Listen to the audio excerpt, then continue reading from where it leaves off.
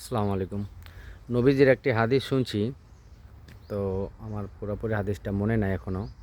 তো আপনারা জানাইবেন কমেন্টসে কে কে হাদিসটা পুরোপুরি জানেন।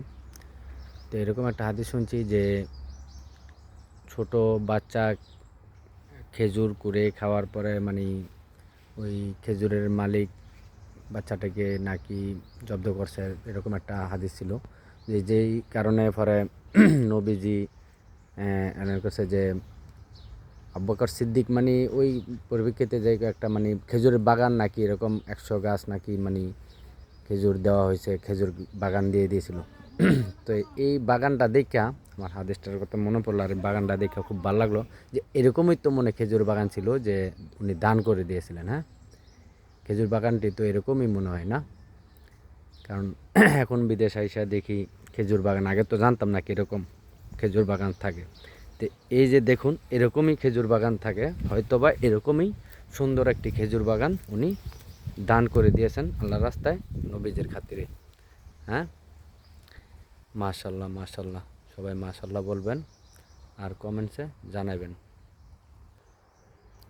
জানাই যাবেন কমেন্টসে।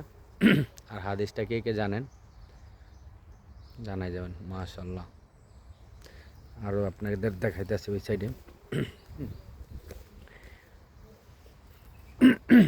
ওই সাইডে অনেকগুলো খেজুর বাগান। হ্যাঁ, আর দেখেন নিচে কত খেজুরের চারা উঠতেছে। হ্যাঁ, মাশাল্লাহ, এগুলো সব খেজুরের চারা দেখছেন। এই যে খেজুরের চারা উঠতেছে, এই যে খেজুর পরে আর কি বিচি থেকে চারা হয়।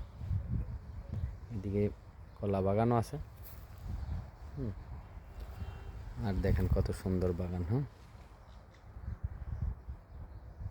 এদিকে কলা বাগান, ওইদিকে আবার গাছও লাগাইছে।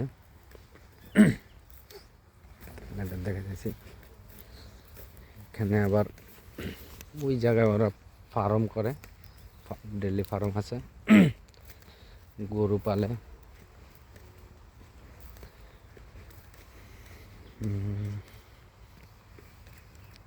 এদিকটাতে যাওয়া লাগবে। এই যে দেখুন কত সুন্দর। হ্যাঁ, ঘাসও লাগাইছে। হ্যাঁ, এই শালা কত সুন্দর, এই সাবাস, মাশাআল্লাহ কত সুন্দর লাগতেছে দেখছেন।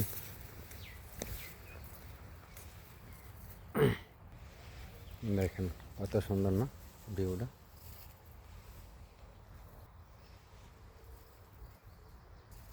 অনেক সুন্দর।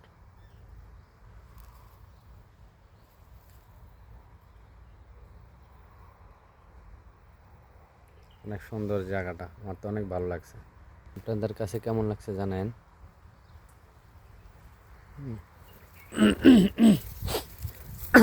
তার মানে এই সেই এরকমই খেজুর বাজার, এটা তো না, মানে এরকমই সেই খেজুর বাগানটা এরকমই ছিল হয়তোবা, না হয়তোবা এরকমই ছিল, হয়তো এর চেয়ে বড় ছিল। তো ভালো থাকবেন সবাই, জানাইবেন কার কার কাছে ভালো লাগলো।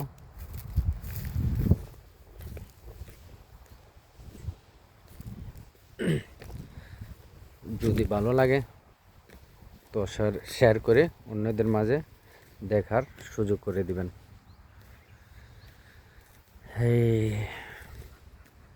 এই সেই খেজুর বাগান। ভালো থাকবেন, সুস্থ থাকবেন। আসসালামু আলাইকুম।